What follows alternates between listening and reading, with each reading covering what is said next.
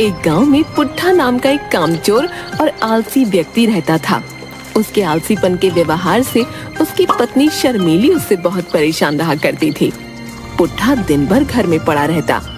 एक दिन पुट्ठा आराम से चारपाई पर लेटा हुआ था, तभी उसकी पत्नी शर्मीली खेतों में काम करके थकी हारी घर आई।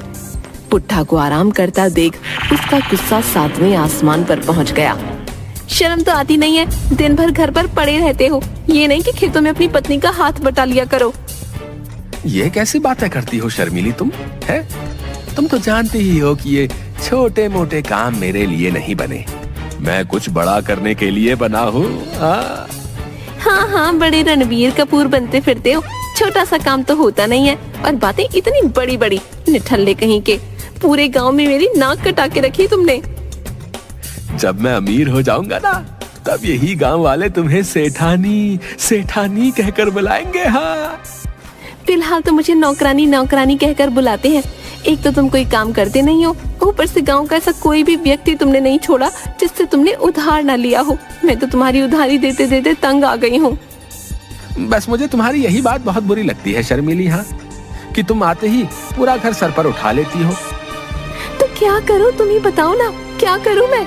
मुश्किल से हमारे पास 2 बीघा जमीन है और 2 बैल हैं। खेतों पर मैं अकेली काम करती हूँ। जब मैं देखती हूँ खेतों में और व्यक्ति कितनी मेहनत से काम करते हैं और उनकी पत्नी उनका हाथ बटाती है, लेकिन यहाँ तो मामला उल्टा ही है। पत्नी काम करती है और पति दिन भर घर में पड़ा पड़ा सपने देखता रहता है। शर्मीली की बात सुनकर पुट्ठा बेशर्मी से हंसता हुआ बोला, अरे बस भी करो शर्मीली, मुझे बहुत तेजी से भूख लग रही है, जाओ जाकर जल्दी से खाना बना दो। हाँ। पुट्ठा की बात सुनकर शर्मीली ने आटे का खाली कनस्तर जमीन पर पटक दिया और चिल्लाकर बोली, खाने को बनाओ, घर में खाने को कुछ है क्या जो तुम्हारे लिए खाने को बनाऊं? 2 दिन से घर में राशन पानी का एक दाना नहीं है, लेकिन तुम्हें इसकी फिक्र है क्या? लेकिन परसों तो मैंने तुम्हारे पास देखे थे।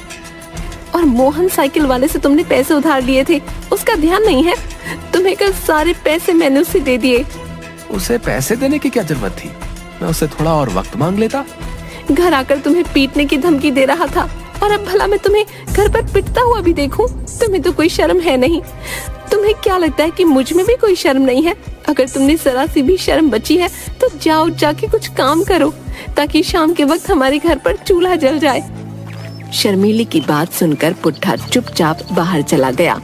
वो एक पेड़ के नीचे बैठकर अपने आप से बातें करने लगा।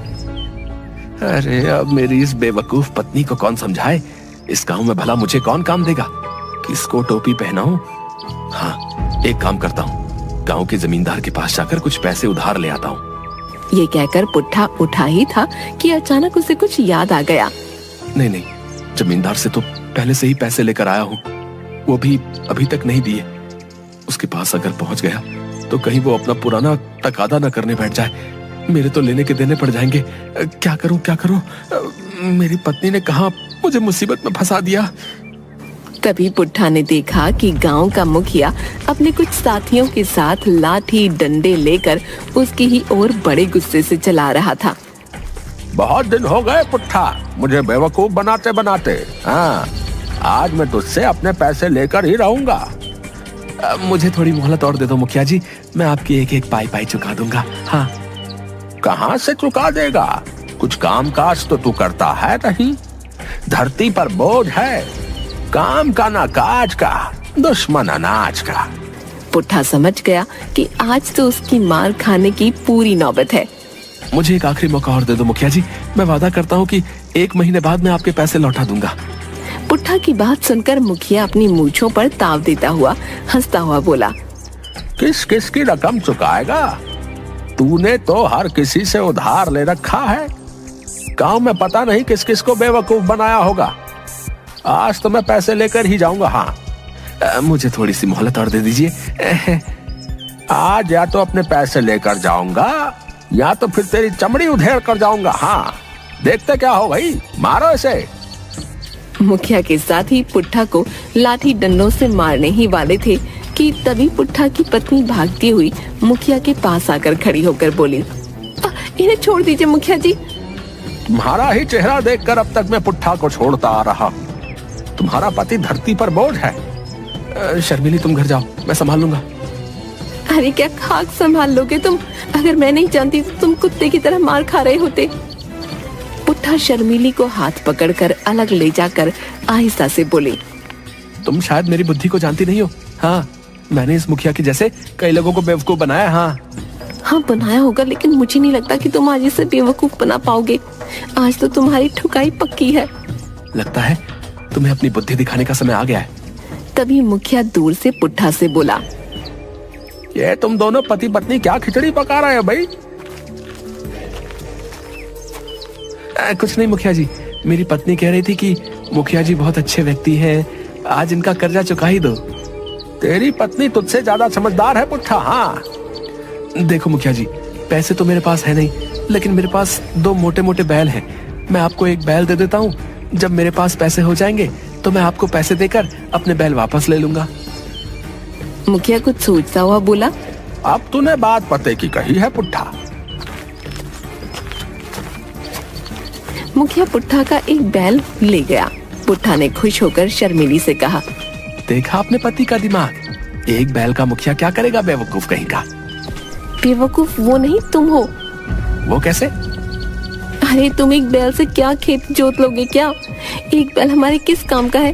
हे भगवान, मेरी तो किस्मत ही फूट गई। ऐसा निकम्मा और मूर्ख पति तूने मुझे क्यों दिया? ओहो, ये तो मैंने सोचा ही नहीं। अब क्या करूं? मुझे कोई मतलब नहीं है, मुझे मेरा बैल चाहिए। लेकिन वो तो मुखिया ले गया। कोई बात नहीं, दूसरे बैल की जगह तुम काम करोगे। एक बैल से खेत नहीं चलता, और जब खेती नहीं हो पाएगी तो फसल नहीं हो पाएगी, और जब फसल ही नहीं होगी तो हम उसके पैसे कहाँ से चुकाएंगे? दे देकर बड़ी मुश्किल से कुछ पैसे जमा कर करके बीज लेकर आई थी। अब भला इन चीजों का मैं क्या करूंगी? इतना कहकर शर्मिली वहां से चली गई।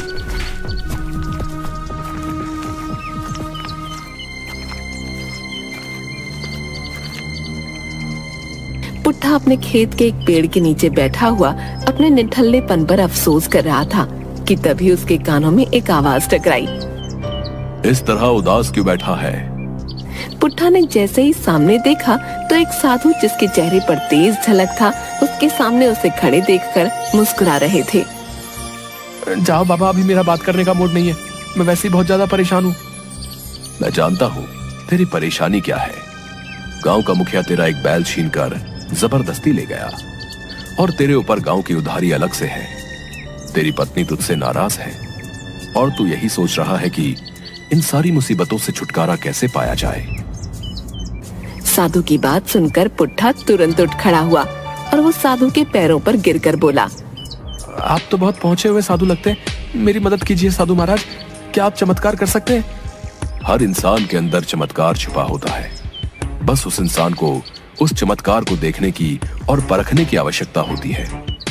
बोल, क्या चाहिए तुझे? पुट्ठा साधु की बात सुनकर कुछ सोचता हुआ बोला, मेरा एक बैल जमींदार जबरदस्ती छीन कर ले गया है। मुझे मेरा बैल वापस दिलवा दीजिए, ताकि मैं मेहनत करके अपने खेत जोत सकूं और अच्छी सी फसल उगाकर उसे बेचकर अपनी उधारी चुका सकूं। पुट्ठा की बात सुनकर साधु मुस्कुराता हुआ बोला, तू चाहता तो मुझसे धन दौलत सोना चांदी भी मांग सकता था। इसका मतलब तेरा दिल अंदर से साफ सुथरा है, मगर तेरे ऊपर आलस हावी है। मेरी मदद कीजिए साधु महाराज। जो चला गया उस पर अफसोस करने से कोई फायदा नहीं है। मैं तुझे कोई दूसरा बैल नहीं दूंगा, बल्कि मैं अपनी शक्ति से तेरे शरीर में एक बैल के बराबर ताकत भर सकता हूँ, जिससे तू अकेले अपने खेत जोत सकता है। बोल, चाहता है ऐसा? साधु की बात सुनकर पुट्ठा बहुत गहरी सोच में डूब गया। अचानक उसके चेहरे पर दृढ़ निश्चय दिखाई देने लगा। ठीक है साधु महाराज, मैं तैयार हूँ। तो फिर अपनी आंखें बंद कर। पुट्ठा ने अपनी आंखें बंद कर ली। कुछ देर के बाद उसके कानों में साधु की आवाज गूंजी, तेरे अंदर एक बैल के बराबर शक्ति मैंने डाल दी है, अब तू खुद अपना खेत जोत सकता है। पुट्ठा ने आंखें खोली तो वहाँ पर कोई मौजूद नहीं था। पुट्ठा दौड़ा दौड़ा अपनी पत्नी के पास गया और उसे सारी घटना बताई। अरे तुमने जरूर कोई सपना देखा होगा, इतनी मुसीबत में भी तुम्हें मुंगेरी लाल के सपने नहीं खत्म हो रहे। मैं सच कहता हूँ शर्मिली, वो सपना नहीं सच था। अगर ऐसी बात है तो फिर हमारे एक बैल का जोड़ीदार तुम बनोगे। देखती हूँ कितनी शक्ति डाली उस साधु ने तुम्हारे अंदर। अगले दिन एक बैल के साथ पुट्ठा भी अपने खेत जोतने लगा। पुट्ठा को अपने शरीर के अंदर असीम शक्ति का अनुभव हो रहा था। पुट्ठा के अंदर इतनी ताकत देख शर्मीली की आंखें विस्मय से फटी की फटी रह गईं। कुछ ही दिनों में सारे गांव में ये चर्चा फैल गई कि पुट्ठा के अंदर एक बैल के बराबर ताकत आ गई है। ये खबर उड़ते उड़ते मुखिया के कानों तक भी पहुंची। मुखिया अपने साथियों की ओर देखकर बोला, क्या ये सच है कि पुट्ठा के अंदर एक बैल के बराबर ताकत आ गई है?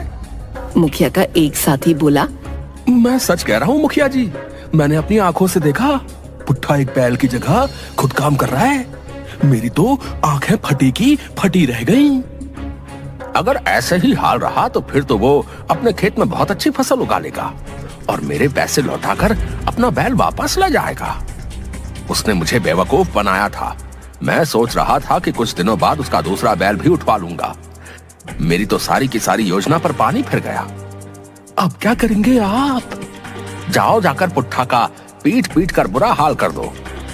मुखिया की बात सुनकर मुखिया के सभी साथी सहम गए और सभी के माथे पर पसीना आ गया।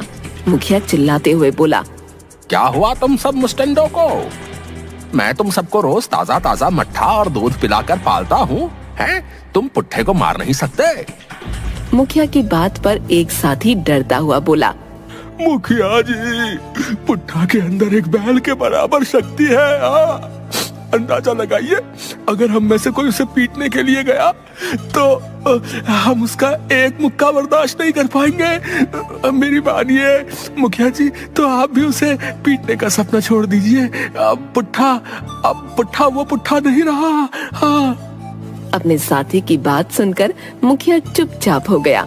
सच तो ये था कि मुखिया भी अंदर से घबरा चुका था। कुछ ही महीनों में पुट्ठा की फसल बहुत अच्छी तैयार हो गई और उसकी फसल बहुत अच्छे दामों पर बिकी। पुट्ठा तुरंत पैसे लेकर मुखिया के पास गया। ये लीजिए मुखिया जी, अपने रुपए, और कृपया करके मेरा बैल वापस दे दीजिए। मुखिया ने डरते डरते पैसे लेकर पुट्ठा का बैल वापस कर दिया।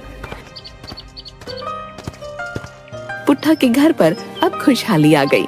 धीरे धीरे करके पुट्ठा ने सारे गांव वालों की उधारी चुका दी। लेकिन पुट्ठा अब रात में भी एक बैल के साथ मिलकर लगातार काम करने लगा। अब उसकी पत्नी उसके काम से परेशान हो गई। बस भी कीजिए, अब थोड़ा आराम तो कर लीजिए।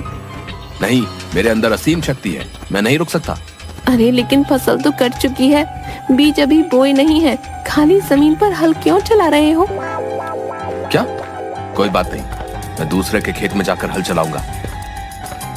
शर्मीली अपने आप से बोली, हे भगवान, ये तो अब रुक ही नहीं रहे, ऐसे तो इनकी हालत खराब हो जाएगी।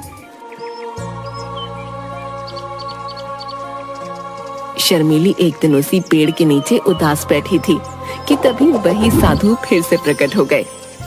क्या हुआ बेटी, क्यों उदास बैठी हो?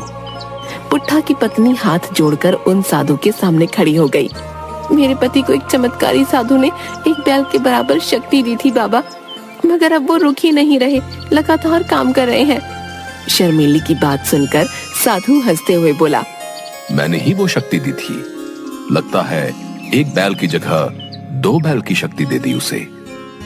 कुछ कीजिए ना साधु महाराज, ऐसे तो मेरी हालत खराब होती जा रही है। मैं खाना बनाते बनाते तंग आ गई हूँ। वो पूरे 10 आदमियों का खाना